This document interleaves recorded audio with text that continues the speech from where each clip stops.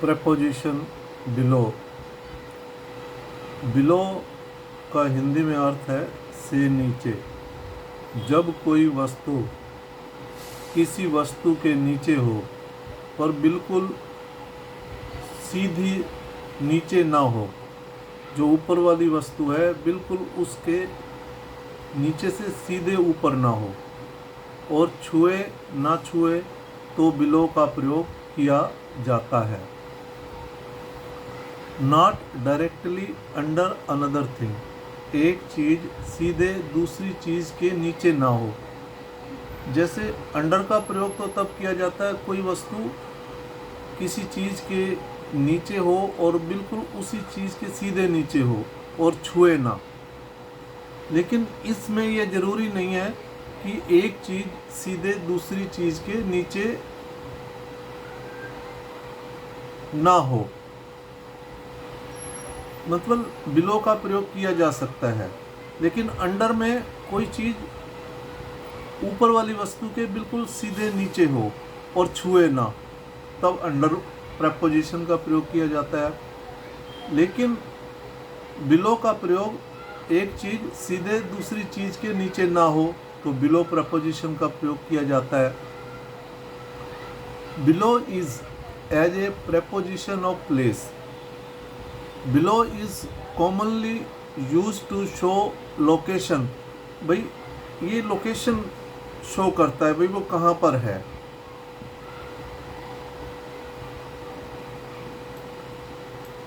वह सीढ़ियों के नीचे से आपकी ओर हाथ हिला रहा है।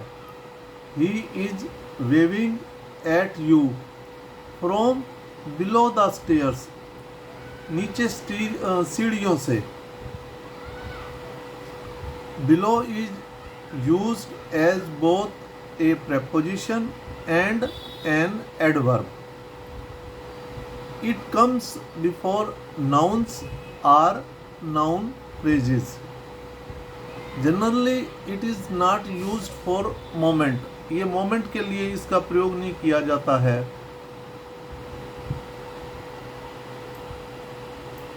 बिलो का प्रयोग टेम्परेचर तापमान, कंपैरिजन तुलना करना, मेजरमेंट माप, below in A list list में नीचे दिखाना हो के लिए किया जाता है। अब number 1 temperature.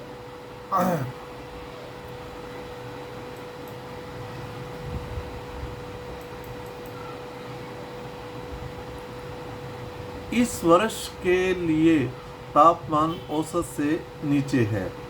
The temperature is below average for this year, मतलब जो एक औसतन तापमान है उससे नीचे है। तापमान 20 से नीचे था। द टेम्परेचर वाज बिलो 20, तापमान 20 से नीचे था। इस प्रकार टेम्परेचर PERATURE टेम्परेचर। तो कई बच्चे टेम्परेचर में TEMPRATURE लगा जाते हैं, लेकिन P के बाद E की मात्रा जरूर आती है। Temperature TEMPERATURE।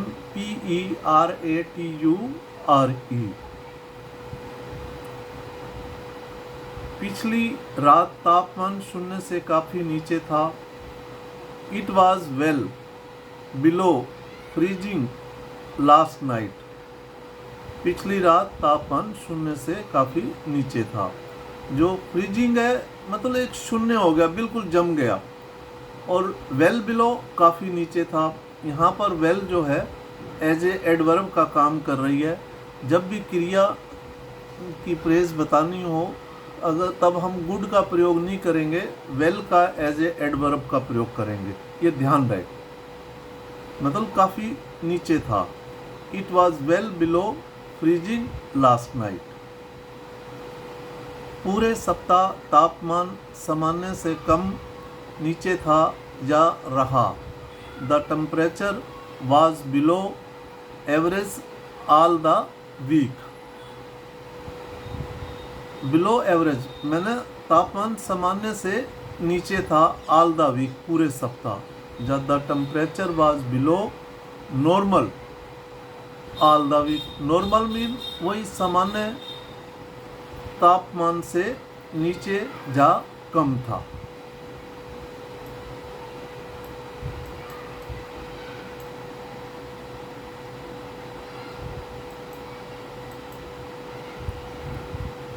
लेह और लद्दाख में तापमान हमेशा 0 डिग्री सेल्सियस से नीचे चला जाता है। In Leh and Ladakh the temperature always dips below 0 degree Celsius.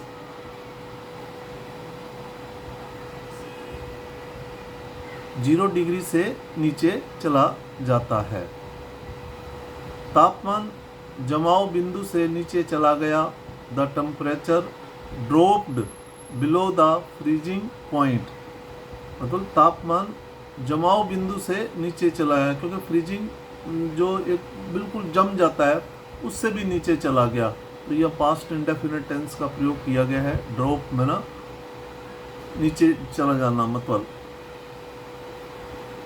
पिछले सप्ताह मध्य पश्चिम में तापमान 0 से नीचे गिर गया। Temperature in the Midwest मध्य पश्चिम में तापमान फेल गिर गया बिलो 0 लास्ट वीक। अब लास्ट वीक आ गया है तो ये पास्ट इंडेफिनिट टेंस है। जिस वाक्य में भी लास्ट के साथ लास्ट वीक लास्ट मंथ आ जाए तो वो हमेशा पास्ट इंडेफिनिट टेंस में ही बनाते हैं। चाहे काम एक सप्ताह पहले हुआ हो, 1 मिनट पहले हुआ हो, तो तब हम पास्ट इंडेफिनिट टेंस का ही प्रयोग करते हैं। फॉल की सेकंड फॉर्म फेल है, FELL। जब तापमान 0 से नीचे चला गया तो राहुल अपनी कार में क्यों सोया? Why did Rahul sleep in his car when temperature was plunging below 0। मतलब जब तापमान 0 से नीचे चला गया, जब नीचे जा रहा था, मैं ना आगे बढ़ रहा था। प्लजिंग में ना बढ़ना आगे। कहने का भाव ये है कि 0 डिग्री से नीचे जा रहा था, जब चला गया, कहने का भाव यही है। इस सप्ताह तापमान 0 से नीचे रहेगा। The temperature will be below 0 this week. इस सप्ताह टेम्परेचर जो है 0 से भी नीचे रहेगा। ये फ्यूचर इंडेफिनिट टेंस का टेंस है।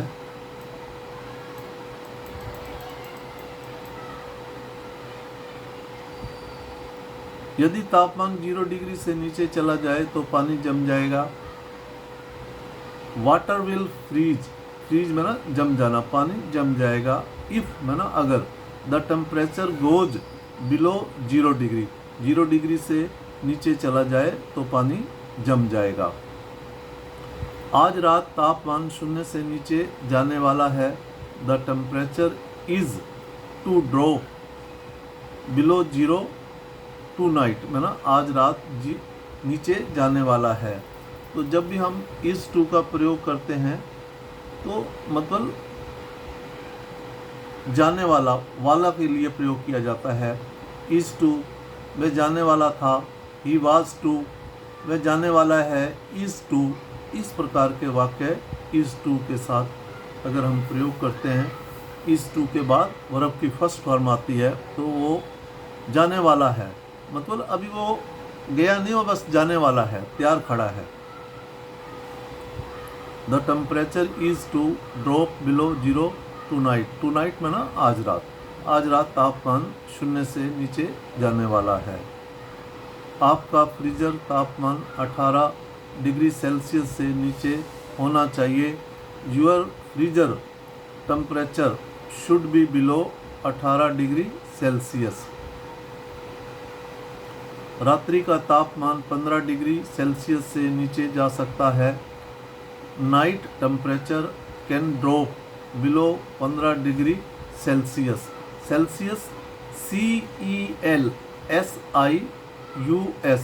सेल्सियस है ना, 15 डिग्री से सेल्सियस से नीचे जा सकता है।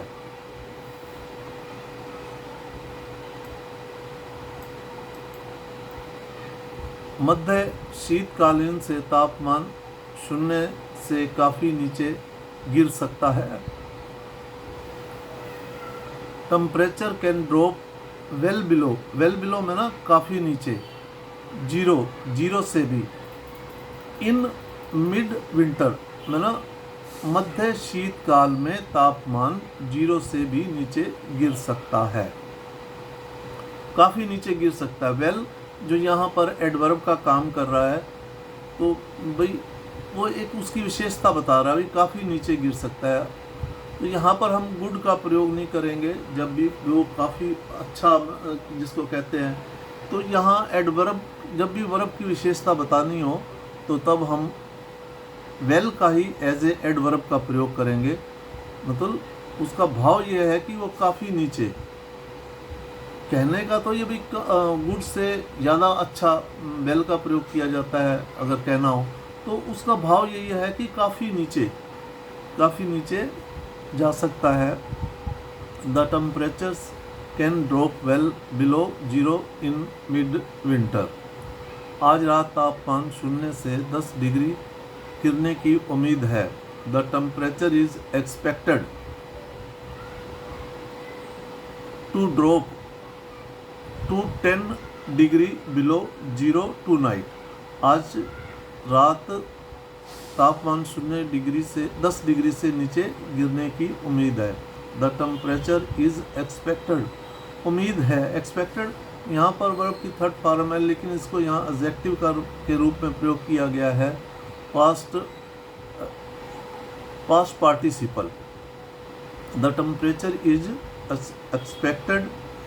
Expected to drop to 10 degree, 10 से भी नीचे, बिलो 0 टू नाइट। आज रात 0 से भी नीचे 10 डिग्री गिरने की उम्मीद है। आज रात तापमान शून्य से 10 डिग्री नीचे गिरने की उम्मीद है। The temperature is expected to drop to 10 degrees below 0 tonight. इस प्रकार बिलो प्रेपोजिशन का टेम्परेचर के लिए कैसे प्रयोग किया जाता है। जब भी टेम्परेचर के बारे में बात हो और प्रेपोजिशन, तब हमें बिलो का ही प्रयोग करना चाहिए, अंडर का प्रयोग नहीं करना चाहिए। इस प्रकार मैंने ये हिंदी में इसको बताने की कोशिश की है ताकि आसानी से समझ आ सके। इसमें अगर किसी प्रकार की कोई त्रुटि है तो कृपया कमेंट्स करें। और आपसे एक निवेदन है, अपने जान पहचान के बालक बालिकाओं को जो दूर दराज ग्रामीण इलाकों में रहते हैं उनको शेयर ज़रूर करें, क्योंकि दूर दराज में रहने वाले बच्चे तो इंटेलिजेंट होते हैं, टैलेंट होते हैं, लेकिन किसी सुविधा से वंचित होने के कारण वो इसका फ़ायदा नहीं उठा पाते। तो इसलिए कृपया उनसे शेयर ज़रूर करें एज ए विद्यादान के रूप में, ताकि वे इस प्रकार के वाक्य आसानी से बना सकें। ये एक मेरी छोटी सी कोशिश है। जय हिंद।